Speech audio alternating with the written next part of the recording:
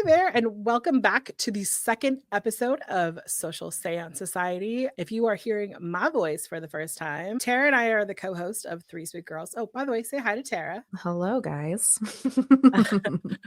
Three Sweet Girls is a true crime and paranormal podcast. Three Sweet Girls has been our show and has been part of the Bloody Disgusting podcast network, Bloody FM. In this episode, we are going to get to know Tara on a deeper level. My deep dive was last week, so if you want that after listening to this one, you can go back to that one. They do not need to be in any particular order, so don't That's think the that beauty of this show. Yeah. You could just listen randomly. like once you have a catalog, you'd be like, that one, great. I mean, we might end up Oh, true. There's only one other one. right, at this point. Yeah. I mean, because technically, like, Tara's thinking like, no, we have tons of episodes. It's because we've been recording this since October. But Tara and I decided that our first two episodes on this show should be us. So you can get to know your hosts a little more. So today we're going to talk about a bunch of different topics that relate to Tara. But first of all, give us the 10,000 foot pitch of who you are so that our listeners know more about you. Yeah. So, like Jess said, I'm the co-host. I'm also the producer of the Three Spooked Girls and this podcast. I'm also a true crime and paranormal, more going towards the paranormal content creator. One of my bigger platforms was TikTok. I'm sure we'll talk about the ban and everything that's been happening a little later. I built a community of over 500,000 followers over there. On top of that, I have started dabbling into Substack within the last year, and I write about horror and cryptids and haunts and things like that. So I am your local spooky gal. And on the flip side of that, for life, I'm also a mom. I am a military spouse. Currently, we live in Oklahoma, but like Jess, I'm also from Northern California. And in my day job, I work on the operations team for a international real estate firm, and I do a lot of like back end nerdy stuff, kind of like what I do for the show. So, lots of cool stuff. That's me. I'm pretty normal. I'm a millennial. I'm 33 years old. I'm a Taurus, and it was so funny. I don't trust him to cooperate. If you listen to the other show, you guys may know, or you may not know if this is your first time hearing my voice. I have a zoo of animals. I have 3 cats, 3 dogs. I wanted to grab George, my corgi. He's been in Three Spooked Girls episodes before, and like pull the whole Elwoods. I'm Tara, and this is George, and we're both Taurus non-vegetarians. I love that. But yeah, that's me. That's me. Hold on. So George is a Taurus? Yeah, his birthday's May 3rd. Oh my God. So that's hilarious that both of our animals are Taurus. I know. My cat. I love it. Yeah, the other ones are not. But he is, yes. I love that. So for those of you who don't know, Tara is the brainchild or literally the mastermind of our podcast, both of these. But for those of the listeners here who may not know Three Spooked Girls, tell about how you decided that we should do a podcast. Sure. So we'll go back about 8 years. So jump back to like 2017. And I'm the weirdo that found podcasts kind of early. Usually when I would go to the gym, I'd listen to audiobooks, but I'm like, well, I found some podcasts and I liked them. So I'm like, let me just listen in. And first 2 podcasts I listened to regularly. One was And That's Why We Drink, and the other was Lore. At that time was like, I'm not really interested in like writing, anything like that. But, And That's Why We Drink, it was true crime and paranormal. And Jessica and I have talked about this stuff for years. So I was just like very naively like, we could do this. Let's try this out. Why not? Microphones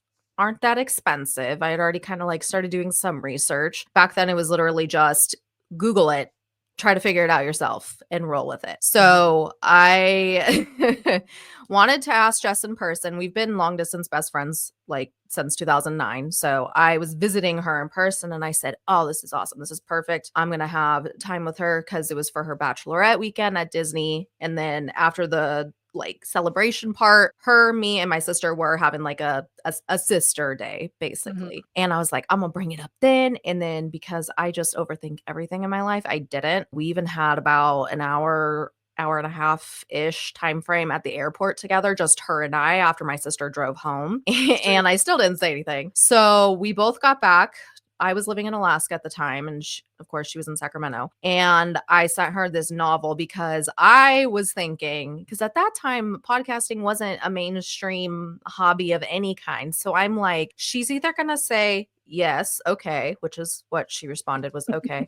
Uh, or, like we have the type of relationship where she would be like, Tara, no, that would be a cool idea, but no, we're not going to do anything like that. But she said, okay. So we started, and we've just rolled with it since then, and we're going on 6.5 years, and I've literally just learned along the way. There was very minimal YouTube videos for editing, so it was a lot of trial and error on that front. And I joke, I'm a very nosy person, so when I get obsessed with something, I want to research everything. So that's really the only reason why we're here today, is because I have that want to know how to do shit. So here we are. 1,000%. Yes. When she says she wrote me a novel, I mean, it was like scroll, like you had to read it. And then she's not lying. I think I wrote back, okay, I'm in. Like, it was so minimal. I'm so sorry. But I was so excited. I was like, holy shit. Okay, cool. Because obviously, like I said, if you thought it was a bad idea or whatever, you would have been like, maybe later or no. But yeah. No, I was here for it. So 6.5 years later, we're, 2 episodes into our second show. I say this with I was trying to figure out how to word this, but when we started Three Spooked Girls, to the public, you were a straight white woman. And I knew different because I literally have been in your life for so long. We had talked about things. And now, 6.5 years later, you are a lesbian woman of color. And it's been, for me, I just want to say before you talk about your journey, I just want to say it's been like the proudest journey of my life, is being able to witness you become a whole person. And I say that because I truly feel. But can you kind of give us that journey, like as much as you want or as little as you want? Yeah. Yeah. Wow. Okay. Well, we're gonna probably have to go back before that. Is that okay? To explain.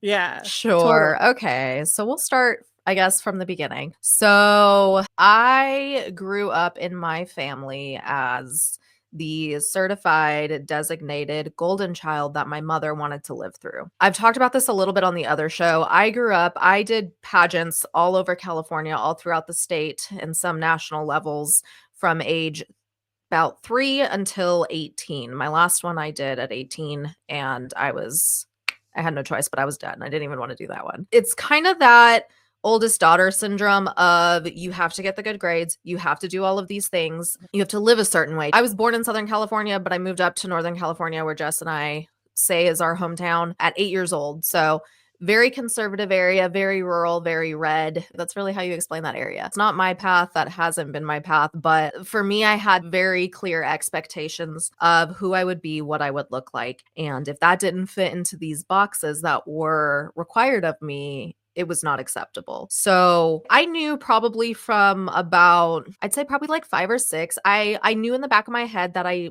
was attracted to, well, at that point, girls, because I was a girl myself, fellow women. I kind of just always like shoved it away is the thing. And that's pretty typical with, I would say, people from our generation, whether you grew up in a conservative area or not, just because society was not as accepting as it is now with the LGBTQ community. And when I remember when I was in high school, my stepdad has a set of twins from a previous marriage who are a couple years younger than us. And she came out as a lesbian. And it is everything you can think of that would be horrible. She was disowned. She was shit talked in front of me, my siblings, and pretty much anybody who had listened to my parents. So raise my hand.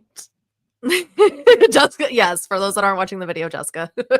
Anyone. So, it was driven in like, that's not how I'm saying this with air quotes, supposed to be. So I just kind of was like, okay, whatever. Well, flash forward to my senior year, there was somebody I was friends with in my friend group who had came out, and she went through a lot of bullying and being shut out from, certain kids she was friends with, things like that. Of course, me and my other close friends, like, we didn't care. care. We're like, you do you, dude. No one gives a fuck. Seeing that just kind of like also made me be like, I'm going to keep my mouth shut, because that's the thing. One of the things that was driven into me was sit pretty and shut your fucking mouth. So I remember confiding into her about me having these thoughts and feelings and not quite sure how to navigate them. I had a crush on somebody we were friends with, and I thought because of the things she went through, this would stay between us type of thing. It didn't. And it was not fun for a little bit, but it, overall, like looking back in hindsight, it really wasn't like anything as traumatic as like her shit. But it's also like, damn, dude, like you went through these things and then you're going to turn around and do the same fucking thing. But okay. Character development. It's fine. So most of my early 20s, I was with male partners. Kind of going into my mid 20s, I was like, okay, maybe I am bi. For those that have listened to the other show, I did talk about it. I actually came out. We did a 2-part Aaron Hernandez coverage on a documentary on Netflix or something. And his bisexuality was something that came up a lot, right? So even this is a huge, like Jessica knows, but like for you guys that don't know me in real life, me even sitting down to do this is a huge deal, because I'm a very private person, just because I've been judged my whole life in every aspect, whether that's good or bad. So I don't like sharing things. It's exposure therapy, I joke, for me to do this type of thing. But at my point where I'm at now and who I am as a person, I'm comfortable with it. If I wasn't, obviously I wouldn't be doing this. I would have just lined up guests for us and been like, oop, hi, this is us. Move on. I will say I was a little shocked when you're like, we should interview each other. And I was like, Mhm. you don't have to interview you, right? Like, Yeah, that's the yes. second part of it. Yes, I know. And I have been thinking about it like all fucking week. I'm like, eh. But yeah, so it, like into my 20s, like I said, I had, male primary partners. And then after, I would say when I was with my ex, who you guys did hear on the other show, I kind of started having this like internal journey, I would say, on things, and very stereotypical, like most millennials who came out later in life. TikTok was a huge part of that. And it was just funny because it would just be little things to be like, oh, I thought this was normal, but turns out I'm gay. And I'm just like, okay, that's weird. Okay. I'm like, well, I guess I kind of resonate because I'm bi, like, whatever, cool, funny. And it kept building up. And then and we can talk about this more too, when I left my ex, once I started dating again, I started dating my now wife, and it just, certain things clicked for me. We'll keep it PG, but certain things clicked for me. And just like, even now, it's funny because it doesn't happen so much now, just because this is, my life and I'm here. But along the way, there's just been so many things I've thought about being like, wow, no wonder I'm gay. Tara, how did you not fucking know this type of thing? Because just like a really easy example is like, growing up, especially in the 90s, everyone was in love with some male pop star dude, right? Right. I never gave a fuck. I literally never gave a fuck. Anytime anybody would be like, who's your celebrity crush? I'd be like, I don't have one. But joke's on me. It wasn't that I didn't have one. It's just I didn't realize it was not a dude. It was, like females and stuff. And it was more of that, like, as a kid and not really having anyone to talk to about this kind of thing. It was more that joke of, am I in love with them or do I want to be them? No, that's so valid. valid. So that was kind of like just little things like that. I think I finally like came out, like officially said it. I mean, obviously I was with a woman, but most people at that point knew I was at least bi. But I came out as a lesbian probably 2 years ago now, I think, like on social media and stuff. I was very like low key about like mentioning it, just be like, by the way, let me slide this in. I did it on National Coming Out Day and just like very nonchalantly mentioned about being a late in life lesbian. And I'm like, that's good enough for me. That's good enough for me. And I mean, the people that are important obviously knew. That's the Cliff Notes journey of how I found my gayness, I guess. So I remember when you came out on the pod as bisexual, and I remember being like, oh my God, like, because at that point, I felt like only me and your ex really knew, right? Sure, like yeah. maybe a couple other people, but like I had held that in my heart for so long as like, I'm gonna protect this because she doesn't want people to know. Like, and then you said it on the podcast and you were like crying, and I was like, oh my God. Like in my heart, I was It's like, real. not that it was real, but No. it was like Oh my God, this is a step in her being authentic to herself. And Tara and I are completely different in this, the fact that like she's a very private person and I overcompensate with my ADHD and just share too much. So people know too much about me. And I'm like, oh shit. But I've been so proud of you because it's like the upbringing that Tara and I had, like when she's talking about the fact that like kids were still getting like beat the shit out of them when they would come out as gay. And there Yeah. was like only one exception. I remember Mhm. in your like class, there was like one gay kid, one guy. Pretty much everybody was just like, "Oh, sweetie, we knew, but we're Right. so proud of you for, like, owning yourself," that Right. kinda thing. So I feel like that was the one outlier in our town, like, Right. the only one. It always blew my mind. He was a super sweet kid, super great, had the best stories. Like, I would sit and Mhm, talk with him. Like, Tara worked at Subway, and, like, I would go to, like, either pick her up after a shift or go hang out with her after shift, so I'd get there a little early and eat dinner. mhm. And he would come and, like, we would sit there and we would just chit chat, and he'd tell me about, like, all the straight boys that he hung out with and did naughty things to, and I was like, Mhm. this is like watching, Tea, like tea. it's like reality TV, but, like, this kid, and I'm like, "Oh, Before it existed. you poor sweetie." Oh, I Um, know, I know. yeah, best of I don't know where he is in life, but I hope it's best of luck. Now, growing up in our town, I feel like Mhm. your parents were very active in our community. They were very much, like, out in everyone's face, everyone knew who they were. When Tara says that she is the, like, antithesis of, like, golden first daughter, her mom had a whole, like, cabinet that was just Tara. Like, it was one of those, like And Wall. and wall. Like it was a display cabinet of like her tiaras and her awards and everything. And then there was none of for her other siblings. Mm-mm, mm-mm. I Very mean, minimal. yeah, it was definitely watching your parents hang their future on you, but you no longer have contact with your mom and your stepdad. Correct, yes. What was that journey like? Yeah, so, on top of all of that, I am also a victim of childhood sexual abuse from more than one person from about the same age range. It finally stopped. Let's just put it into perspective. I was pretty much a toddler through pretty much the same time frame almost as I did pageants, but it Mhm. stopped, I would say, around like 17. But still, that's about 15 years of abuse, right? Right. So the first chunk instance and how I learned at a very early age I could not rely on my mother for anything was when I was in those younger years, I was being sexually abused by a family member. And this is so crazy. And I guess this is going to toot my own horn that, I've done a lot of work in therapy because this family member was also a child. So it makes you think like, how did they learn these things? What was happening to Right. them?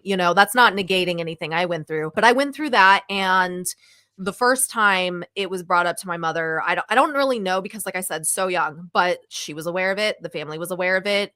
We were not around each other for a bit. I'd say maybe like a few months, if that. And then everything went back to normal. And once things started happening again, it was pretty much just like brushed off, whatever. On top of that, I also went through abuse from my stepfather who came into my life at age like 5 or 6. And that's another thing that, very much brushed under the rug. It's that whole like, if you're not being convenient or getting me what I need, I really don't give a flying fuck. And my family, very much anti therapy, trying to think of the right way to describe this. They're not going to side with a victim for anything. There's other stuff we can get into my teen years that happened to me, including being roofied. I'm laughing because it's not funny. I'm laughing because I'm very uncomfortable. And that's what I do is I laugh. Mhm. So yeah, just explaining that. There was one instance when I was a junior, I was at a party with older people and whatnot, and had a boyfriend at the time who I was like 15 or 6. I was like 16, maybe 17, and he was about 21, 22. Mhm. And it was okay in my parents' eyes because it was a family friend. That's what they said. He was really close friends with one of my cousins who had passed away. Mhm. And like things were fine at first, like nothing like we weren't fucking or anything, like nothing like crazy. Like, Mhm. looking at it as an adult, nothing crazy like that was happening, right? I shouldn't have been in a relationship with somebody this old anyway, but it's fine. And, yeah, so one night there was a party. I ended up getting drugged and raped at the party, and most of the time, my mom didn't give a flying shit what I was doing, just because, like, she was the kind of parent that if you were leaving her alone, like, she Mhm. didn't care. But when my dad was around, my stepdad was around, that was very different. And the only reason she found out where I was that she had been calling my phone. I think somebody accidentally answered it or something. This was like before smartphones, obviously. It was like I had one of those like slider phones, It from was more Samsung that are like super old. And I had a white one. I had an And orange one. no, I did have an orange one, but that was like when I went to college, and it was like it looked more like a BlackBerry than a slider Okay. phone. We've That known each one, other that was that when I long, people that I'm yeah, like, we've had "No, a that was million not." phones. I remember your phone now. Yeah. I did. Yes, I did have a white slider for 2 seconds. It was a Samsung. Anyway, so the phone got answered and they could like hear stuff, whatever. So I don't know. I guess my mom thought she was going to catch me in something. So they went to the friend's house I was supposed to be at because I'm very, I'm very much, and I feel like our friends are very much the meme of like, told our mom we were at a sleepover, but we're really in the middle of a field with some fucking sketchy fucks. That was us. Like, I partied so hard as a teenager. Tara always told me where she was. Oh, yes. Yeah. I Jess wouldn't always knew where it necessarily was. be with her, but No. she would text me and be like, "Hey, I'm going to so and so's house." I feel like I was your safety net. All of you. Yeah. I was like, "I'll come get you." Yep. Pretty much, pretty much. I think what happened was she went over to the friend's house, and that friend's mom was just kind of like, we could do whatever we wanted. So she was like, oh, they're at so and so's house. Like, what the fuck? Like, okay, Right. bye. So she leaves, finds me, causes this whole scene. Not only do I get in the car with my mom, but also the person who raped me got into the car with my mom. And I was obviously not in good shape. So I'm Right. surprised that she did this, but my mom took me to the ER. The doctor's like, obviously she's been drinking, things like that. He's like, but I remember the doctor saying, hey, can we like speak to you like privately, trying to get the dude out of because he was, back there and everything. So he left just like a curtain so I could hear everything. And the doctor tells my mom, like, I think we need to run some more labs because there's no way that she's in this state just as drinking. If you want to be sure, we can check things like that. And she was not interested. So she came back in. I don't know what the fuck the doctor was. I'm not very far because this hospital is not like No, it's really anything crazy. They could probably hear everything, but immediately starts cussing me out, immediately calling me such a slut and like all these other things and saying how this is my own fault. And what was funny too was I can't believe you would put yourself in a position for something to happen. So you would, I can't remember the right word, but it was like betray or something, like betray so and so. I'm not going to say their name. I'm just sitting there because I'm just like, well, first, I'm fucked up, obviously, but I'm just like, what? What? I just told you whose fault this probably was. And I told you the names of who more than likely did it to me, these kind of things. And it was still like, don't give a fuck, whatever, blah, blah, blah. And I remember the doctor being like, are you sure? Like coming back in, like, are we good? Like, trying to get me to stay, right? But of course, because I'm there with my mom and I'm a minor, like at the end of the day, the parents had the final say. So we left. And I never went through legit bullying ever in my life, except with this. And this was more just like I don't give a fuck if they, like, honestly, I don't give a fuck. These trashy ass people were pissed they got busted and were afraid they were going to get in trouble for something that they did. Right. And this is so fucked up, but I really don't care. I think it's funny. And I'm like, well, look how people's lives are now. I will say I live a very blessed, fortunate life. And one of the people that made my life the most living hell was committing welfare fraud. So, Oh my God. No, and I know the people who you speak of. And so who really wanted the end? Me. can I tell my fun trashy moment with this? So there was like a 7-Eleven in our town, and everybody under the age of like 25 would go to the 7-Eleven. You got gas there, you got snacks there. Like when I had an apartment in this town, like we would walk there no matter where we lived. We would like walk to 7-Eleven, get Slurpees and hot Cheetos. It was like just the 7-Eleven was the pinnacle, like everyone went Like to. centralized, yes. Right. And I remember like shortly after this happened, because Tara called me, like Tara's mom first called me, like, let's start that off, to like tell me like what Tara had done. And I was like, I remember asking if she's okay. Like that wasn't part of the update. like if Tara Mm-mm. was okay. Like I thought Tara's mom was calling to tell me that she had died. Like Right. with the way it is, I was like, is she okay? Mm-hmm. And I remember I was at this gas station, it was like a few days later, and this bitch gets out. It's like the older sister. She's like between Tara and I's age. And she starts coming after me like verbally because I'm friends with Tara. And I remember yelling at her, "You fucking date raped a 17-year-old, you dirty little cunt." And I yelled that so loud at her. And people at like 7-Eleven were like, "What?" And she just got in her Mm-hmm. car and left. Like Mm-hmm. she had Mm-hmm. like paid with cash. She didn't even fill her car up because I was like, "You're not gonna come at me and like try to bully me. I'm an adult. Right. Like I can make a report for her Well, if I shit, she want was an to." adult at that point, so. Right. And that's why I was like, come swinging, honey. I will come at it." Like, Mm-hmm. because I was just like, yeah, no, I was pissed. And yeah. That was like, I know this sounds like fucked up, but that was one of my favorite things because one of them, who was also an adult at the time and I was still a minor, got into my car at that 7-Eleven and tried to threaten me. And she's like, "I should just bash your head on this dash right now." And I said, "Go for it. And I will call the police right fucking now. I will have Dodge, who was like the police officer for our school, Mhm. I will call him personally and have you arrested because please remember, I'm 17 years old and you're not. So do you really want to fuck with me?" And she just looked at me and got out of my car. And I was like, "Yeah, exactly, bitch." Cause I was never a very aggressive, I mean, I'm still not. I was never Mhm. a very aggressive person with conflict, but with stuff like that, yeah, I am gonna fucking, I mean, you guys that had listened to the other show, you know, if I need to be opinionated, I'm gonna be fucking opinionated. So Mhm. even, that long ago, I would do the same thing because I didn't give a shit. I think it's one of the few times in our relationship where I've truly been afraid for you. Like, Yeah. because your parents had given access to this person and they were like, it's totally fine. And I remember questioning it, Hmm. like being like, but he's my age Right. and he shouldn't be like dating her. And I mean, your parents made weirder fucking choices too. I just remember like you in that time period of your life, and I was just like, I there's nothing I can do to protect her like in this situation. And I Yeah. was so mad. And that's where I told Tara, I was like, I don't care what time of day, night, whatever, your call will always be picked up. I will drive thousands of miles to you. Whatever you need, I'm here. Because I Hmm. realized at that point her parents weren't going to be there for her. And so, No. I mean, at one point her parents were like, "Hey, our house is a little like crowded. A Can little Tara live cramped. with you?" And I was like, "Sure, like, you need to contribute rent." And Right. they were like, "Why? She's your friend. Why wouldn't you just let her live here for free?" And I'm like, "I need to rent that room Like, out. I'm I need I'm to in live my in a early good." 20s, bitch. Like, I can't Right. afford that.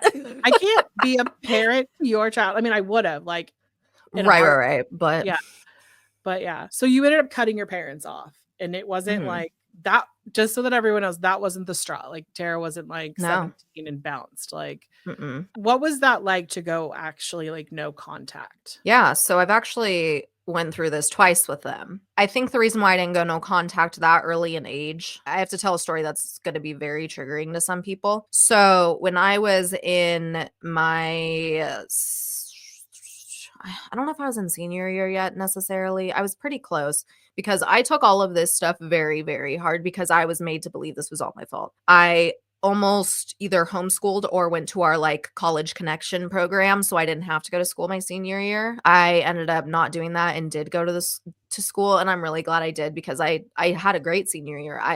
It was great. I loved it. It was my favorite year of high school. But I tried to kill myself that year as well. I had a pill addiction going back to probably, I would say, junior year. One of our friends had gotten into an accident and had, being these dumbass doctors back then, they gave like so many pills, right? Mhm, They gave so many pills. I would get stuff from him. The mhm, main thing for me was usually Vicodin, right? And that was really like the extent prescription stuff. I mhm, never did any kind of other party favors, so to speak, or anything like that ever in my life. But it started getting really bad. And then I had to have a procedure done to get a cyst removed off of my fucking mouth. And, when you get that kind of stuff, even though it was like I was awake, everything wasn't a big deal. But because of where it was on my mouth, like I had to mhm. have painkillers, right? So I got very hooked on these. And I don't even remember exactly what it was, just because there's been just so much that I've, even at that point, had been through, that I had like a baggie of them. And I just was like, you know what? fuck this. And I just took a bunch of them, and that's another incident where we ended up in the ER. I did have my stomach pumped, and I'm just laughing. It's not funny. This is so horrifying. But my mom yelling at me again that I'm a dumbass cunt and this was my fault. And why the fuck would you be so stupid? And like all this stuff, and like all the doctors. Like I remember this guy coming in and just like look like how anybody like with the normal brain would react, being like, what the fuck? Like I said, learned at an early age I couldn't rely on either of my parents, but like that was kind of the last straw. And my mom was very particular on where I was going to go to college. Yes, I had an academic scholarship, so obviously it's kind of like a duh thing, but I still didn't want to go there. I ended up from California in Maine. I think that's what helped me not immediately go full contact, because I was across the country, right? Now, the first time I went no contact, I was living with my parents in my early 20s, and there was just a lot of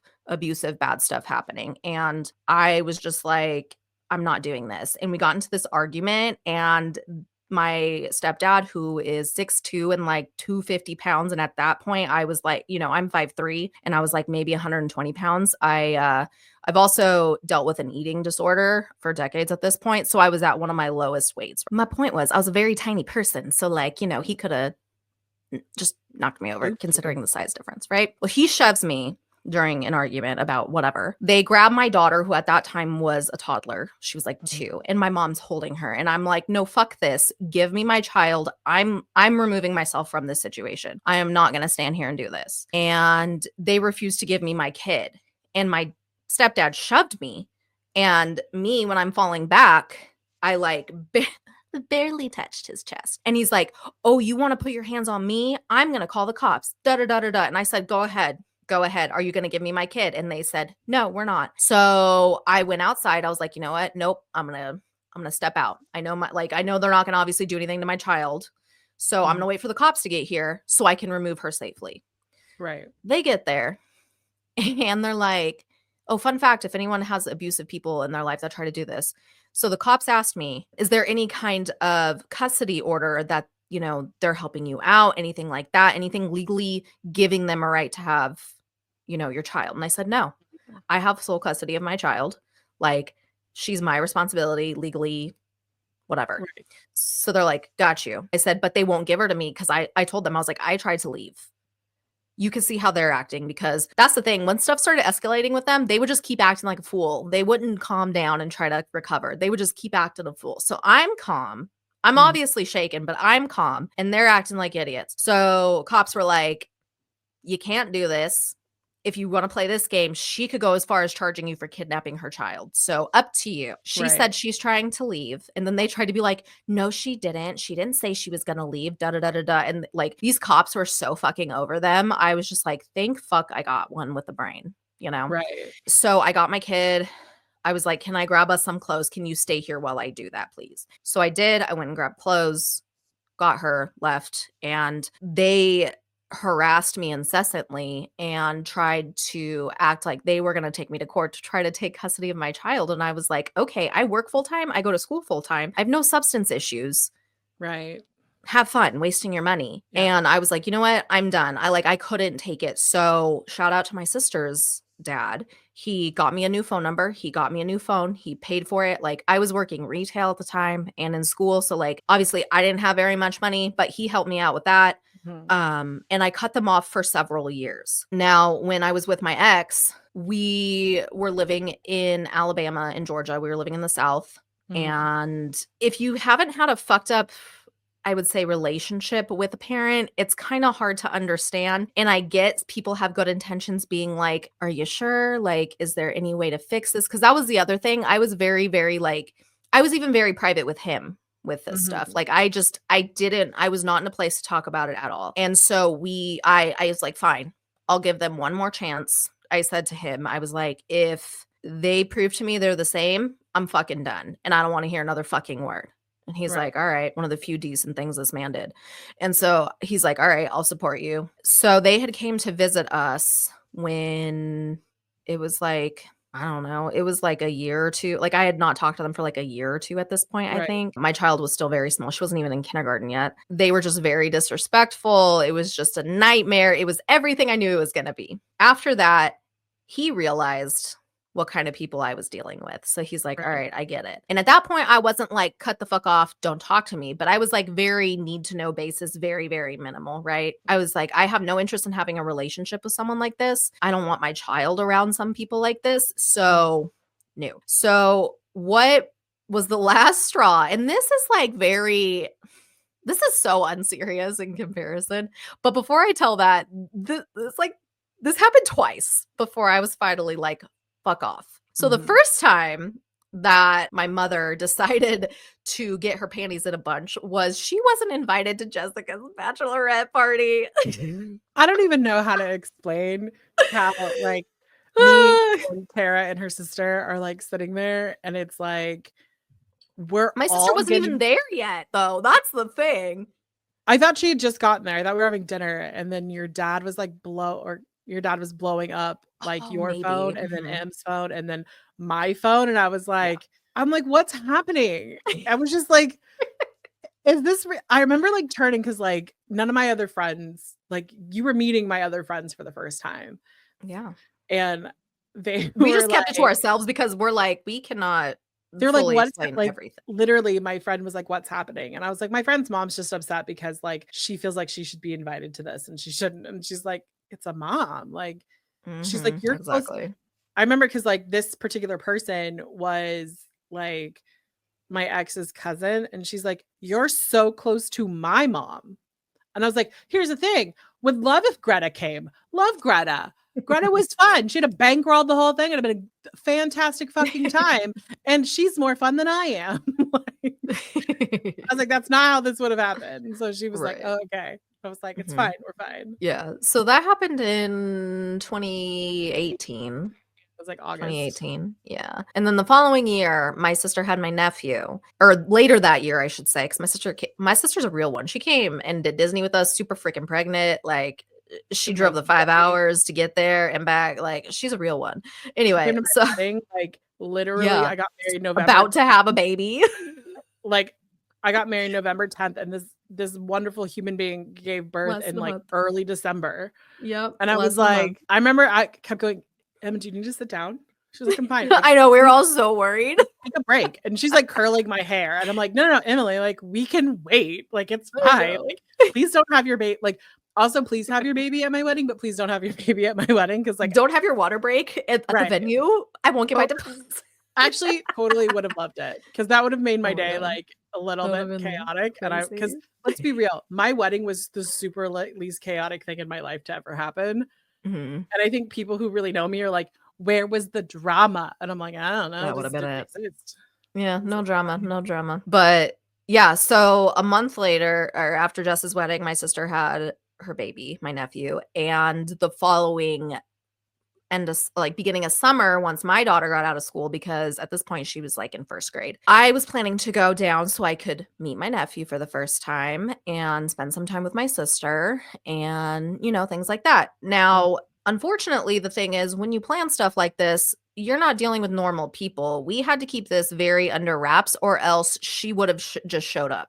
She would have right. just showed up and essentially ruined everything. So she found out very last minute because she's very much a social media stalker. And for all I know, listening to this. So, hey, bitch, if you are. And You're a cunt.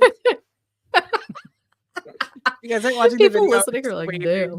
Jessica's waving. It's fine. Anyway, she very much made it about herself and tried to berate me and all of these things. And I was like, you know what? No, I'm done. I'm done. I'm not doing this. I'm over it. Goodbye. So, if you follow me on socials and you've been with us for a while, you know that it was a very dangerous domestic violence situation with my ex. And it was almost the whole time I was with him. And at this point, it had been really bad because we had an incident in that past January that was really, really scary. I almost did not come back. Me and my daughter almost stayed in California with my sister. Let's just put it that way. But anyway, so I was like, you know what? I'm fucking over it. I have my own child to worry about. I have my own life to worry about. This woman did not bring any good to my life, did not ever have an actual mom-daughter bond of any kind. Mhm. And I was sick of it. And it was one of those kind of the turning point for me to finally be like, nope, I am done. So I have not talked to my mother since 2019. She has tried to contact me, and she's always came at a very combative, very jerk, to put it nicely, way. So I just continued to block her so I didn't have harassment. And it's been the best decision in my entire life to stand up for myself and not have that woman in my life. I haven't talked to her since then, and I have zero regrets. And at this point, my sister also doesn't have contact with her. Her dad and her stepmom have essentially became like my adoptive parents. You Oh, know, Ed is fantastic. yeah, Ed and his wife Diana are amazing. I actually have not even met her like legitly in person, but she has just been an amazing human, and they love me and they love my daughter. Didn't they go to Disney with us? Okay, yes. So right before life blew up, we all went to Disneyland and they came too, but the problem was our exes were being fucking fuckheads. So Oh, the we whole did not, time. we barely saw my sister for 2 seconds. I didn't even get Yeah. to meet Diana because when we sat down to dinner with my sister, her dad, and her grandma and them for like dinner in downtown Disney, Yeah. she was like helping with her, like her grandson, like he was like super young. So he was like tapped out. So she had went back to the hotel with him. So Oh I my didn't God. get to meet her in real life, but like we're Snapchat friends and buddies, and we snap each other every day and have a streak. So I love this for us. But I yeah. also love, I want to point out, this is my favorite part of that experience, the downtown Disney Mhm. dinner, is we wanted to go to Trader Sam's and it was like booked out. We couldn't go. And I was like, okay, let's just find a restaurant. And of course, our exes are being like total dickwads. And they're like, blah, blah, blah. Mhm. But Tara's nephew was like, all the adults and Bug is walking, right? I'm gonna walk. And this kid is like just over exuding himself. Like you can just tell, like a toddler. So he's like, Yeah. I tired. And I'm like, kid, we'll push you. There's a stroller. And he's like, I'll Yeah. walk. And he was so angry anytime someone would suggest that he ride.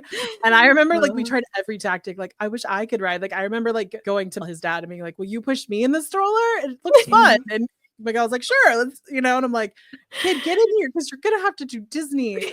Yeah, no, that trip was so weird. That trip for yeah. me was so like not just a roller coaster because we were on roller coasters, but because it was like Mhm. our exes were never acting up at the same time. So it was Mm-mm. like my ex would be like being an asshole and your ex would be like swooping in. Yeah, and they both knew how to be covert assholes because Oh yeah. appearances and their perception from other people, minus us, was very, very important. And that's a funny theme because that's also how my parents are. After Tara and her ex broke up, he reached out to me to like mend it because his exact words are, if you tell her to give me another chance, she'll do it. And my exact words are, you're fucking delusional. Like, Mhm. not that I don't have some sort of like, I don't want to say like influence over Tara. Like, she takes my opinion seriously. Right. But at that point, if I was like, you should take him back, please brain me. Like, Jesus Christ. Yeah. Especially because like I had like FaceTime witnessed What was something and I was happening? like, Yeah.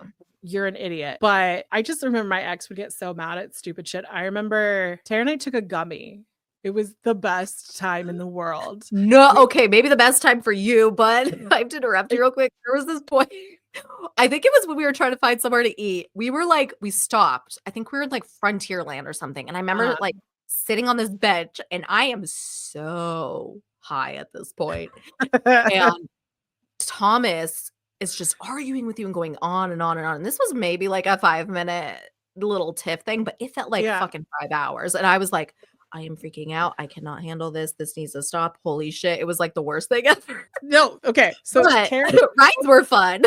No, so Tara and I got high and it was so fun on the rides. And then immediately Yeah. we get off and my ex is pissed because I took a gummy. One, he was mad because I didn't ask him how he would feel if I took a gummy because, quote, this is the perfect example of my relationship with him is Mhm. what if I had a panic attack and you're too high to help me? And I was like, Matt's not high. Matt can help you.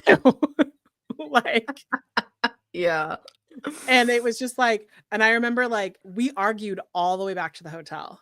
I remember I was walking and I was like almost on the verge of tears. And this is like the only time that your ex really like made a positive interaction in my life. He just basically Mhm. like grabbed Thomas on the shoulder and was like, dude, I think you should just shut the fuck up right now. Yeah. And I was like, Yeah, because this was like our little, because it wasn't even, okay, let's also say it was a Delta 8 gummy, so those don't last long anyways. But this was like our little, maybe 2-hour stint to not have to be adults. right. And that's the thing is this whole fucking trip, you and I were the adults. Mm-hmm. And my ex was really like, he acted upset, but he was like so excited that Bug was with us because it gave him the perfect excuse to not go on the big rides. Which, by the way, I never thought Tara's daughter was going to forgive me for Space Mountain. Like, I never, like, sometimes that photo pops up on my phone and I'm mad because like my ex is in it, but Bug and I, it's So fucking scared. hilarious. She had like dug her little nails into my hand and was like, oh, and I was just like, it's the perfect, like, it's our relationship It's and great. photo. But it's so funny. But she loves roller coasters now. We've went to Six Flags for her birthday the last couple years. She goes on rides I don't want to go on. So like she's fine now. She's fine. Yeah, no, I actually want to talk about your motherhood journey a little bit. Sure. Because knowing how you grew up, not having an illustrator of good parenthood, you are a fantastic mother. I'm not just saying this because she's my best friend. Like Tara and I have the relationship where if I thought she was fucking up as a parent, I would be like, what the fuck are you doing? And if you don't have a friend like that, you need one in your life. Just saying. Yeah. A true friend will tell you when you're being a piece of shit. Just saying. Yes. In a nice way. Like, I want to put that out there in case someone's like, I want to be this friend. And they're just out here being dicks to people. No, don't do that. You care enough to hold your friends accountable and those that you care about accountable. 1000%. Bug is an amazing kid. I can't believe she's going to be 13 this year. I know. Sometimes Tara and I have these conversations and it's so hard for me not to be like, it could be worse. Do you remember us at 13? I know. Like, so take us through that moment. Like, I don't know if you remember. Sure. I'm sure you remember. No, I do. I vividly remember. Finding out you were pregnant. Yeah. Because you were, by the way, she was really young. Like she was 20. I was very young. Yes, I was 20. I had my daughter. I was just a couple months into being 21. I was 7 months pregnant on my 21st birthday. I remember this. I've came to this realization like recently, and this is a very obvious theme in my life. And people who know me already were like, this makes sense. Because I wasn't loved, like genuinely loved, I accepted really bad things from bad people. And that's not an excuse for making dumb decisions, but hey, it is what it is. But yeah, I got pregnant at 20. I was so scared, but I was like, you know what? This person, they really wanted to have a kid. They said, if you're, because at 20, who the fuck, I mean, maybe some people, but me, I was not thinking, oh my God, my goal right now is to be a mother and that's all I want to do. If that is your life goal and that has been since you were like 5 or whatever, like go you're more nurturing than I was. So that's fine. I had other shit to worry about.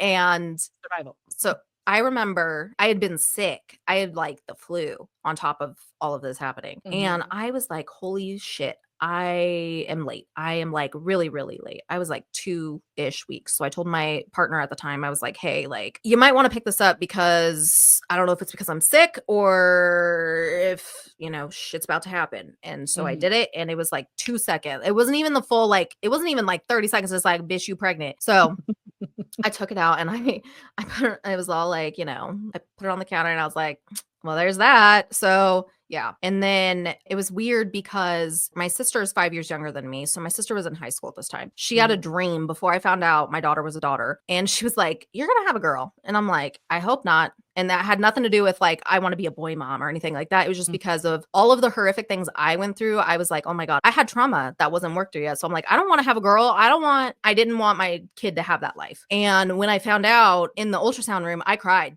I was so sad. I was like, holy shit, which we all know, these type of things also happen to males all the time, right? They happen to boys and guys all the time too. So really there was like not much logic there, but we'll just blame pregnancy brain. So I was like, holy shit. But then I was like, you know what? I made this decision to put myself into this situation. And for me, I was in a place where I was like, I'm going to be a parent. I'm going to keep her. I'm obviously before I knew it was a her, I was like, I'm going to keep this baby. I'm going to have this baby. I was in a decent place for my age and to be into this situation, right? Like at that point, it was going to only add good into my life. Looking back and it did. She has. So yeah, I was very scared, but basically from the minute I figured out I was pregnant, I was just like, you know what? I may have had a fucked up life, but like I've learned, and me and my sister joke about this even still now, especially because we're both moms, we learned everything not to do as a parent. Right. So I started thinking about it like, what kind of parent did I need? That's just how I went. And obviously I'm not perfect, but that was just my driver to learn how to be a good parent and learn how to start taking care of myself. So yeah, it was just like a let me do everything opposite of you, bitch. And yeah, that's kind of like what drove it to start with, I guess. Something you said kind of triggered me, and it was like when you were like, I don't want to have a girl because of this bad thing. I mean, that is an understandable statement Yeah. because these things happen to you because nobody was protecting you. Like at that age, like at 20, you didn't know that. Yeah. You didn't know that the reason these bad things happened to you was because people weren't looking out for you. It took you like, you know, having your daughter and seeing that you could protect her from bad things and have protected her from bad things to really grow. And I mean, I vividly remember the call. Like you had told your partner Mhm. and then me. I don't even think you Yeah. had told M yet. You No. called me. I was waiting for my friend in the parking lot of Baskin and Robbins. It was close to Halloween because we had gone to like we were going to go to Joann's, which is like right there. We were going to do all this stuff because we were making Halloween costumes. And I remember I was like I was in my car and you're like, I have to talk and I really it's really important. And I remember for some strange fucking reason, I got out of my car. Like that makes zero sense. Like, why would I get out? No, it's just like I have to ground myself. I know this is about to be a serious call. And I'm thinking because her partner at the time I did not like at all. And she knows there's no love lost. Nah, he Uh, ain't. and so I'm like, oh my God, what the fuck is this gonna be? And she goes, Jess, I'm pregnant. I remember pausing and you were like, it's a happy thing. And I was like, oh good. Like I didn't know what was about to How happen. to Like right. Don't know don't want to respond like not appropriately. You're like, right. how are we? What if this I got asked multiple times by multiple people, how are we feeling about this? And then, and then it was because you were fine. So, young, you know, you yeah. were Yeah. young, you were figuring school out, you were Mhm. figuring life out, and then all of a sudden you were pregnant, and I'm like, I want to be happy for you, but like if you're not happy, I'm here. Like I didn't know if this was a phone call to be like, get on a plane, come hold my hand, or if this Right. was like let's celebrate for the rest of our lives that Yeah. you gave me my niece. Like Mhm. I didn't know which one it was going to be. I'm super happy. I love Yeah. Bug. Does she know that I'm not like your blood sister? I don't know. I think. I mean, I don't M's blonde too, so I think That's she's just true. like, whatever. It's true. She's like, "Yeah." Well, also like, Bug colors her hair, you color your hair, like, Yeah. I think she knows my hair isn't this color because she's seen it dark before, but I fell in love with that kid immediately when I met her. The first time I ever met her, she was a toddler because Tara and I have been like she said, we've been long distance best friends since 2009. There was a couple of times where she lived back at home for a bit, but for the most part, she was like gone. But I remember the first time I met your kid, and she was just like the cutest little thing. And she's sitting in my work lobby with a stick and like casting spells at people. And she's like, two. Mhm. And I'm like, what the fuck is up with this kid? She's great. Like, she's fantastic. I loved her. I breeded her into a weirdo immediately. She was I know. watching Nightmare Before Christmas when she was a baby. I remember seeing in mom groups being like, "Can my toddler watch this? Is it too scary?" And I'm like, "Shit. Bug's been watching this since she was like 6 months old. It's fine."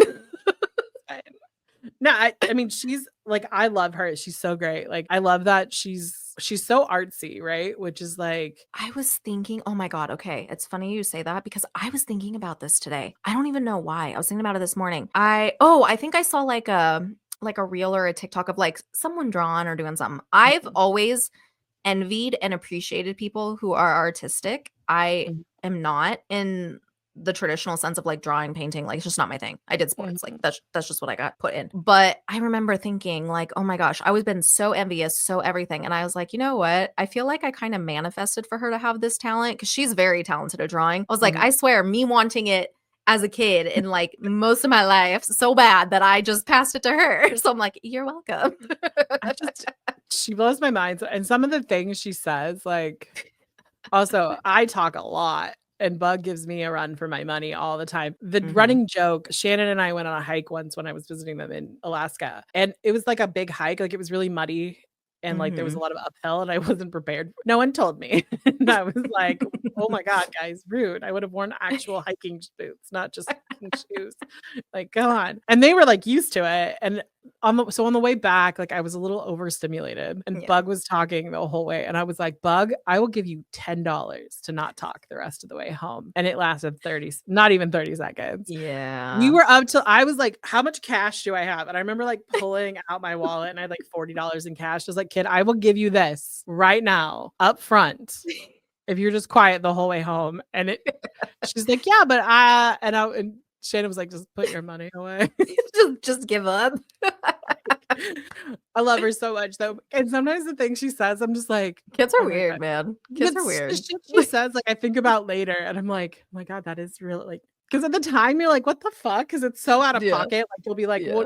Tara and I'll be like, what do you want for dinner? And then Bug would come in and be like, did you ever think that like space, like, and it's just like some sort of weird thing, like out of nowhere. Yeah. And then we're like, were you watching something on YouTube about space? She's like, no. I just think about it. Like walked away and Tara and I'd be like, what the fuck? But then like later I'd be a little Um, high and I'd be like, oh my God, what uh-huh. about space smelling like lavender? Like, or could you smell like her perfume in space? Like something like that. I was Yeah. like, That's a great question. yeah, like it was Mm. like hi Jessica was like not prepared for it. And which is Like, this is too much right now. I'm like, I can't. No, I love her so much. But yeah, I mean, I remember you being really scared when you Mhm. were pregnant and you were like, I don't know how to do this. And I was like, well, you're Yeah. gonna figure it out. I mean, Yeah. Yeah, my daughter was the first diaper I changed in my whole life. I never had changed one before I had wow. her. So, kids kinda, like, freaked me out a little bit. I just wasn't really comfortable around, like, little like, babies and stuff. Even when I was pregnant, I was like people be like, "You wanna do this? You wanna do that?" I'm like, "No, I'm It is good." 1,000% okay to only like your own children. I think people who are like, "Oh, you have kids, you must like kids." I'd be like, I know a lot of people who are like my boss, Mhm. I don't think he likes kids as a whole, but he loves his kid. You were good with the twins though. Like they really liked Yeah, yeah. yeah. I mean, that's the thing, like, obviously, I knew how to act around kids, and, like, I would watch my siblings a lot 'cause my sister's 5 years younger than me, and then my brother is 8 years younger than me, so I would watch them a lot, but, like, if they weren't related or, like, I guess in our case, quasi-related to me, I just felt, like, very, like I didn't know what to do. I was never one of those people that babysitted other people's kids for money, like, nothing like, you know what I mean? Like, that was never my first job like it is for a lot of people, so No, but my niece and nephew loved Tara. They were like, Mhm. as babies, they were like, "Ooh," because Tara and I would come over to their mom's house, and my Mhm. nephew would be like, "Let me play with this chick who's not related to me," and then like Yeah. giggle. Can you believe that in like 2 weeks, like 3 weeks, they'll be 18, I don't wanna talk about this. This is so right? sad. I know. It's crazy. We're old now, it's okay. You know, this is the easiest way to mark our friendship is that they were born the same year you and I became like best friends. Yeah, So true, just however true. old the twins are, that's how Yes, long that we've helps. been friends. Okay, now we're gonna talk about hot topics. Obviously, we I have love to this, discuss the yeah. TikTok ban because the whole Okay. 12 hours that existed. I think this is the scarier part for me. I have the reflex to be a people pleaser. I still don't like conflict. I don't like any of that stuff. This is big for me, so be nice in the comments. Thank you. Okay, so TikTok ban, yes. So it Mhm. lasted a total of 14 hours, and I felt like I was back in 1905. Oh my god. I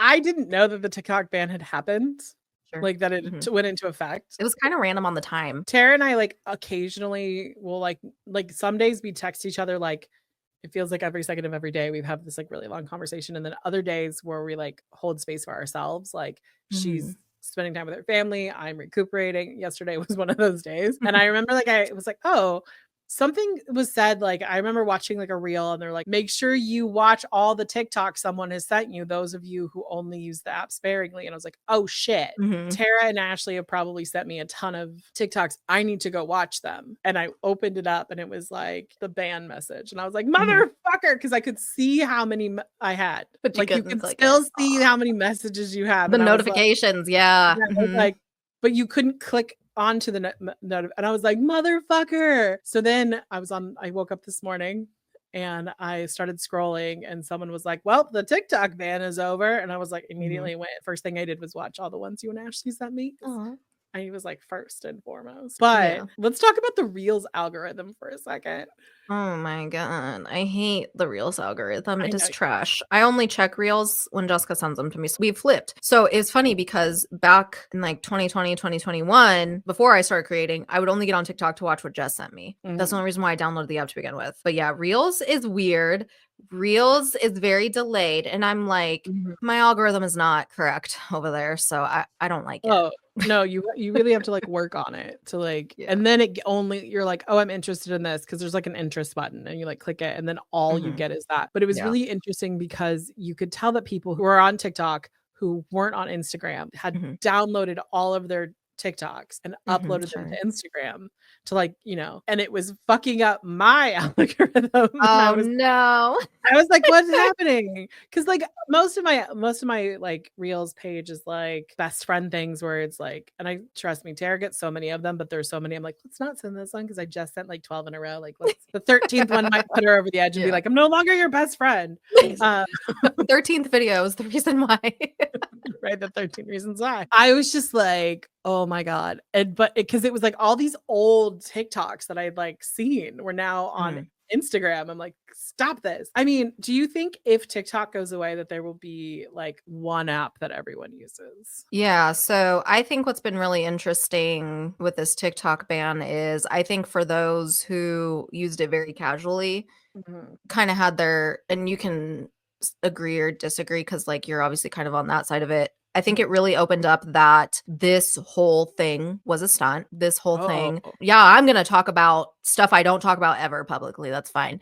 Ooh. Um yeah, very much a stunt so Trump could swoop in and try to make it look like he's done all these things. But the thing Oh, for I've sure. even started talking about this on Threads. The whole reason we were even in this situation to begin with, and I love it because somebody commented the actual date was in August of 2020. This is when Trump started with this TikTok ban because this is the one platform that they at the time could not control. We talked about this in your episode because of how the algorithm was. This was a way for people to learn things, Mhm. hear actual news, see things because during protests and other things that have happened around the country, people are going live because on TikTok, you only have Right. to have like, I think like 1,000 followers or something. People are Right. going live. They're seeing this in real time. We're not any longer relying on mainstream media, which we all know is very well planned out on how they report certain things and Right. what they report. For those, it's okay. Like, here's my thing. I'm not going to be one of those people to be like, don't be excited it's not back. Like, that's fine.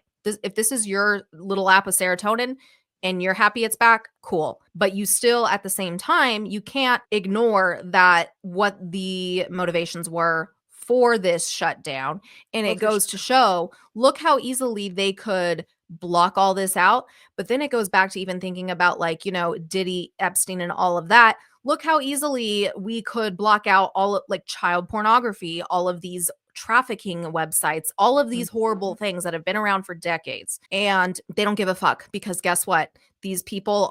Certain people are dipping their toes into certain things. People are Mhm. involved with certain things. People have invested in horrible things. I think because of TikTok, our society has gotten to a point where we are feeling more empowered to speak out and hold people accountable. We've left Mhm. that whole, this is just the way things are. And I Yeah. think those, including myself, that are skeptical about how we have this platform back for however long is smart. Yeah. Because if you really think about it, this is not the end of the road for this.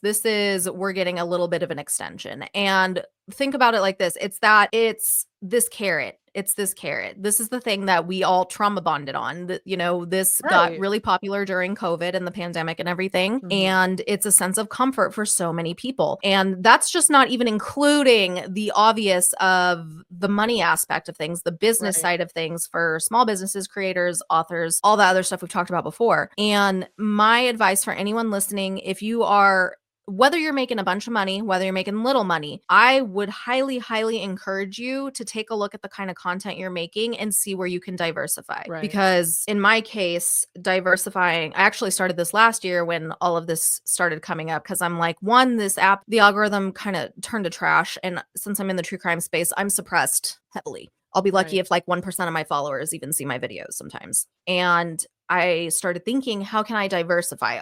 luckily I'm very blessed to have the podcast community we've built prior to TikTok. So Mhm. I am in a really great spot that, yeah, it sucks losing that other platform, but that's not my main platform. You know, Right. like for some people, TikTok is their platform. That is where they've spent all of their energy, you know? Mhm. And I think kind of looking into what resonates not only with your content and your community, but what resonates with you. And for me, it was Substack. And obviously the podcast's still going, like Mhm. podcasts will go forever. But you know, just thinking about it that way, you have to pivot. And yes, it sucks. It sucks. It sucks. It sucks because not everybody, just because you say, hey, I'm over here, come subscribe to this, like that doesn't mean everybody's gonna follow. One, Right.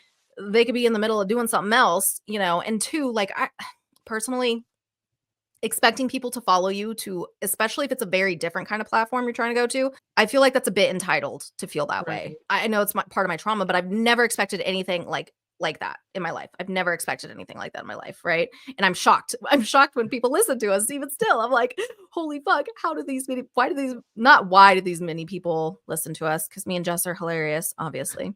But that was like sarcasm. But you know, it's just We like are it's very hilarious. real and I'm very grateful. And if your content is something you are serious about, you have to keep thinking, how can I evolve? How can I grow? And what's not Mhm. only going to help bring your community joy, but what is going to bring you joy specifically? Right. Because that's the biggest thing I tell people. People ask me all the time, how do we stay consistent? How do we stay with this? How do we have the drive to do so many projects, especially having the second show? And I say, look, you have to do things you care about, things you enjoy, things you're passionate about. I know people hate the word authenticity, but it's true. If you don't authentically resonate or enjoy what you're doing, no one's gonna fucking give a shit. There's a million other video creators, podcasters, YouTubers, everything. If you're looking miserable or like, I'm sorry, if you're half-assing it, Right. people are gonna know and they're gonna be like, why? And I know for myself too, it's like, why would I want to invest my time and get attached to X creator if they're just gonna like dip out in like 6 weeks? I know Right. that's harsh, but it's the truth. Oh, Like, no. I'm a casual TikTok user at best. Like, that's being yeah, generous. yeah. Um, and I mean, the last video that I posted, someone else made, and I was in it. And so I like Mhm. reposted it, like super fun for me. But I realized that it was a big stress to try to do Yeah, TikToks. It was really hard for me. And I couldn't get past the imposter syndrome. And my safe place is behind this microphone with Tara on the other side of sure. it. Like, Yeah. anytime I do something solo without you, I'm like, ah, like That was it's okay. So that trend before TikTok went dark, the whole since we're all gonna die, da, da, da, oh da, da, yeah, what I was gonna post, and I know you know, but like I am actually very uncomfortable on camera solo. I don't like it. it's weird. So me because I genuinely mean, and I'm not trying to downplay the work and success I've had on TikTok, but like I became a TikTok quote quote true crime influencer on accident. I did not intend to. It was an accident and I just I know. rolled with it. I So, remember you when know, it was yeah. happening, you were like, "What the fuck is going on?" Like, Tara was Mhm. bamboozled. She was like, "I don't know what to do." And I was like, "Lean in." You're right. I'll call it out. This is such a fucking stunt. Like, the fact that the banned message was like, "Donald Trump is gonna bring it back." I don't care what side of the political spectrum you are. That was a stunt and a half. Like, Mhm. because it was too close to the inauguration, like, in real time, the inauguration has happened. I didn't Mhm. watch it, but I'm not gonna watch it. I mean, I think most people know where I stand on things, and then all of a sudden, like, I logged back on, and it was like, "Thanks to Donald Trump." I'm like, "He's not." It was, like, yesterday, like, I was like, "He's not even president yet." Yeah. Like Yeah. that Yeah. was what blew my mind, and I don't know. I get a little like heated about that stuff, but I was just like, oh my God. Okay. My next one. I dug deep and was like, what is Tara interested in? And I was like, what the fuck? What do I talk about? And the only thing that I could think of is like that would be really hard for me is Mhm. talking about Real Housewives. Oh, okay. You know where this is going. So I Googled the other day Real Housewives drama. So I found this USA article and it's Okay. talking about how Kyle Richards, there's a text Oh, message okay. to someone Uh-huh. named I PK. got I'm assuming. Okay, can I interrupt you real quick? I got Yeah. scared because I mean, I know you know now, but like the only Housewife franchise I actually have watched everything of is Beverly Hills and Salt Lake City, so I got scared Oh, no, I because knew there's that. shit everywhere. But okay, okay, we're good. Yes, Am Kyle and am I PK, let's do this. Okay, Yes. yes. So one, Mhm. I have no fucking clue who PK is. because I don't Okay, watch the I can show. explain. Yeah, you're good. Okay. Let's start there. Who's PK? Okay, who is PK? Okay, so PK is the soon to be ex-husband of another housewife named Oh, Dorit. okay. So, for those that don't know, Kyle Richards is also going through a separation/divorce from her husband that she had been with for like decades. They had been Right. together a long time, and kind of similar with Dorit and PK. They had been together, well, not quite as long, but they have children that are like around 10 or so. Like they've been together a Okay. long time too. So both going through divorces and everybody's friends, right? Do you want me to Right. explain like why this is even drama? Is that okay? Yes, please, because I have no Oh, idea. okay. So I don't know if it was this past episode or the one before. It came out that Kyle still has a friendly relationship with PK. So Maurice is Kyle's husband. He goes by Mo. So Okay. Mo and PK, they're like BFFs up each other's asses, having their best lives. And in true Real Housewife form, there's a rift now with Kyle and Dorit, which is a whole nother thing that we don't even need to get into. Okay. Anyway, the reason why this became up as an issue is because Dorit didn't know that Kyle still had this friendly relationship with PK. And I can understand that because it's like you're supposed to be my friend, but you're being all buddy buddy and coming off secretive with my soon to be ex. And they've got a whole, not super great thing. Like they're getting divorced. That explains it, Right. right? And the thing with Kyle, I'm so conflicted. It's funny because like people that watch Housewives, you'll understand. It's like you have these people you love to watch, but like some of them are like really shitty people in real life. You know what I mean? Like, but they're great TV. And that's any reality TV. And basically, Dorit has now gotten to this place where she has been confronting Kyle. She used to kind of Mhm. just be like, lay down and take it because think of it as like Kyle kind of like being like a queen bee type of situation, right? But Dorit has now been a lot more vocal and a lot more pushback. And they got into this whole like Real Housewives argument at like a fucking venue type of thing. Da da da da da. She confronted Kyle being like, what the hell is this shit about? Because I think somebody had told Dorit. And she was like, oh yeah, we just send memes. Like that's it. It's nothing nefarious. Like I'm not talking shit about you,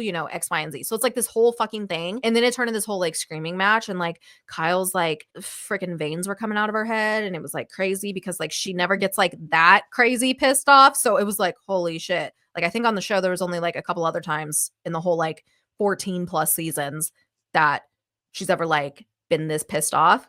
But yeah, so that's what's going on with them. So continue now.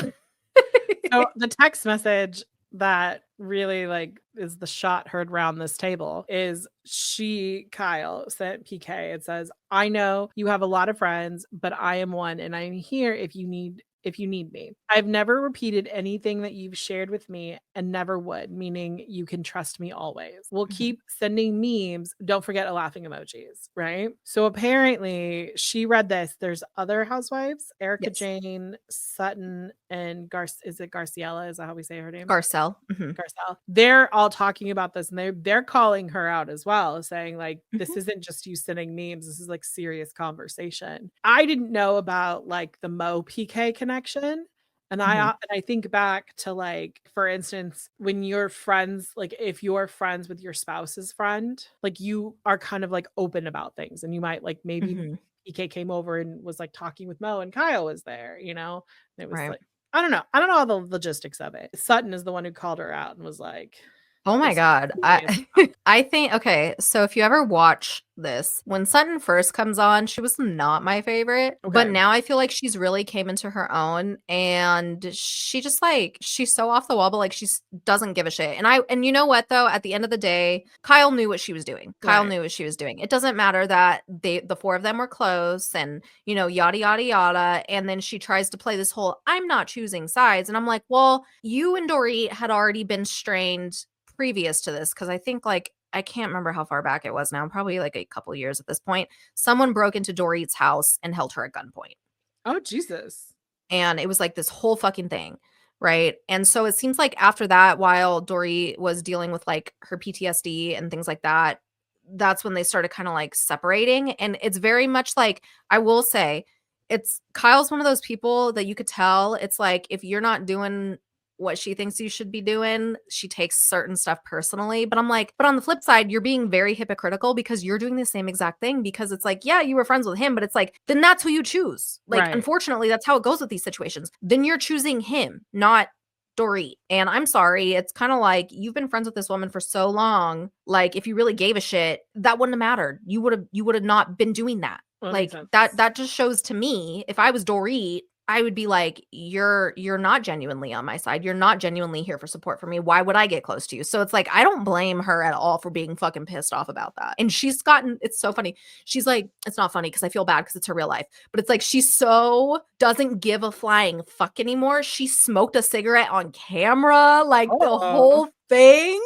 So I'm like, Dorit, don't fucking care no more. And I'm like, you know what? Good for you.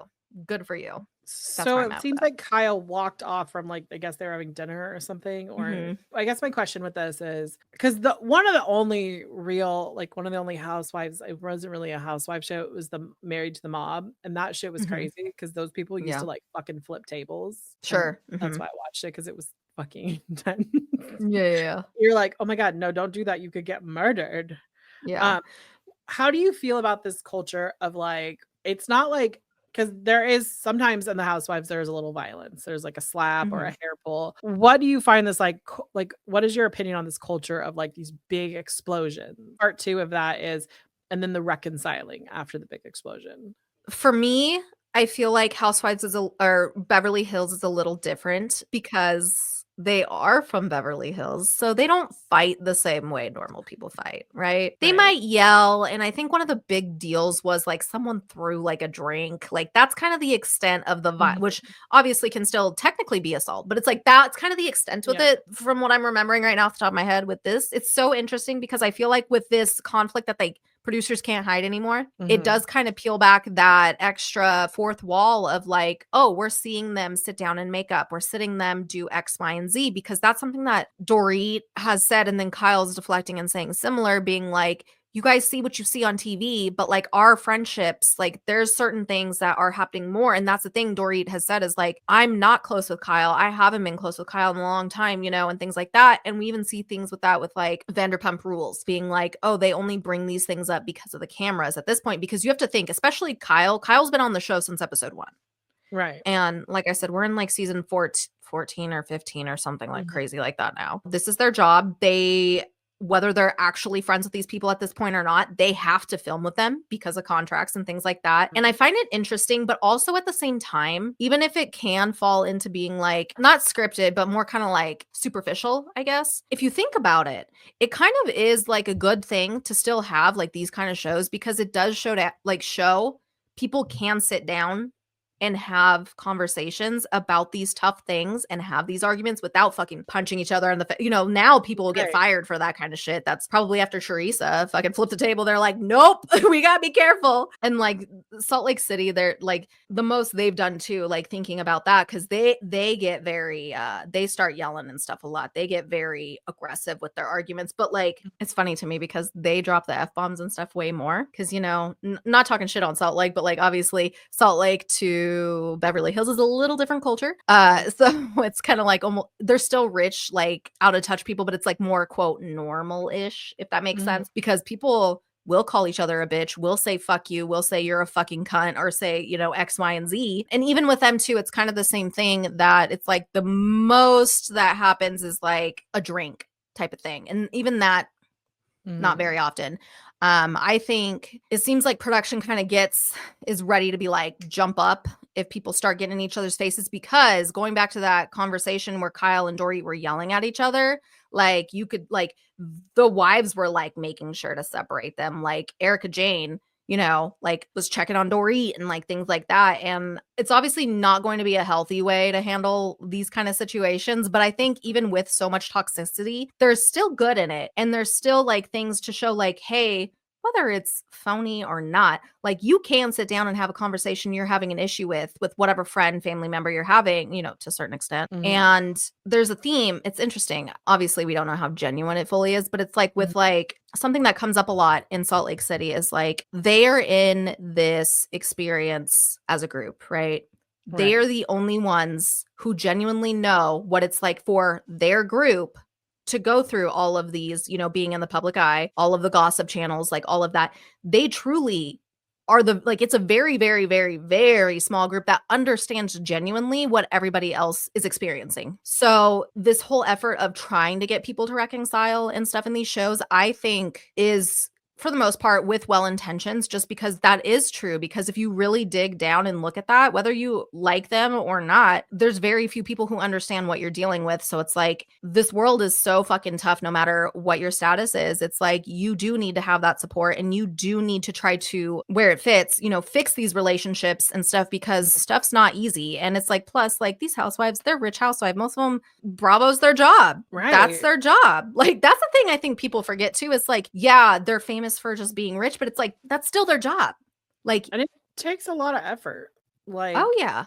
these women, I saw this article a long, long time ago, and it was talking about like the unrealistic beauty expectations that the housewives put on. They're going to the gym, they're fully made up, they look perfect. It's because if they went to the gym looking like a regular person with their like face not done, their hair not done, they would be attacked of being slobs. Why are their husbands with them? Some other sugar baby can come in and do what I mean, to This me. happened on Vanderpump. Yeah, because Brittany, who was married to Jax Taylor, Mhm. she would be in like normal sweatpants, look like a normal freaking person at home, and people would talk crap. And it's like, yeah, she's on camera or whatever, but it's like, she's in her home.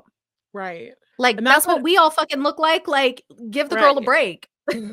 Like, one of the things I always think is really hard because there is that expectation that like of these women are always looking on, but they have to, and we as a society blame them for unrealistic beauty's like expectations, but Mhm. really it's kind of us. Like, it's on us. Like, if we Yeah. accepted that Kim Kardashian went out without her makeup on and her hair in a ponytail and just looked like a normal person with like maybe a base layer of makeup and her eyebrows done, a little mascara, and we were like, oh, look at her go, look at that queen, let's celebrate her looking like a normal person, then she could. But because when she does that, they're like, does she have, like, the tabloids are like, does she have cancer? Is she sick? What's going on with her? Kim and whoever she's dating is fighting, Mhm. like, we blame it, but like we consume it. We could stop Yeah. consuming it and start praising people for not having to do like that. And Sure. like, it's on us to accept them as normal people because Mhm. they're people. Like, Yeah, that's always the exactly. weird thing. Like, when people start talking about celebrities, I'm like, guys, they still poop. Like, they're still a person.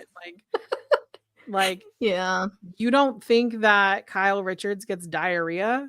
Like, Right. girlfriend does. She's a person. Like, She's come on. human. Yeah, Yeah. yeah, And exactly. that's what blows my mind is that we put these people, like, up on pedestals, and I do it. I do it. Mhm. I am j I this is a hypocrisy statement for sure. I do it. I'm like, "Ooh, this person is beautiful. I wanna look like that. I want my lips to look like that." But at the same time, like, I could just accept me for me and move on. Doesn't mean I will, but, like, I feel like, well, it's also because it's so ingrained in me that, like, Yeah, perfection is what we're striving for, and, and it's not it's realistic not. for anybody. Yeah, and I good job for Brittany for, showing up the way she did. Like, that's great. Yeah. And I'm Mhm. sure she got called lazy. I'm sure she got called all kinds of names. Um, I'm sure oh sh yeah. It's so funny because it's such like, her as an example is just one, like, getting the shit end of the stick for looking like a quote quote normal person. But then Mhm. when she's like, does whatever, or dresses up, does procedures to make herself feel good, blah, blah, blah, then it's like, oh, well, you're a fake bitch. So it's like, you can't win either way. Right. It's the Paris Hilton voice thing. It is. It's And you know what's it's funny is, it makes me think it too. It's like, and I don't think TikTok's going to be the same, but I feel like before, that's why TikTok was so loved as well, because you could just show up. Some of my best performing videos, I have zero makeup on.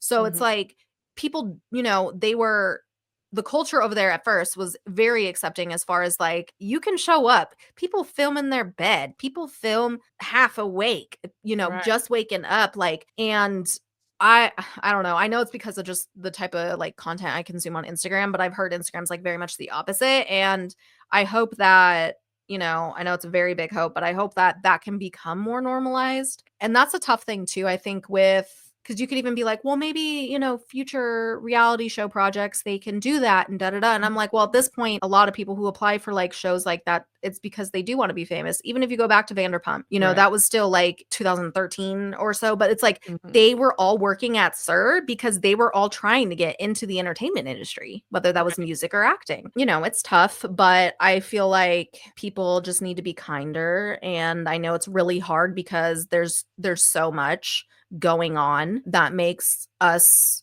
working class regular people so pissed off, and we always get the brunt end of the stick with fucking everything. And it's hard, but it's like, if you're one of these people, if you're listening and you're one of those people and you are a fucking troll, you really need to reevaluate your whole fucking life.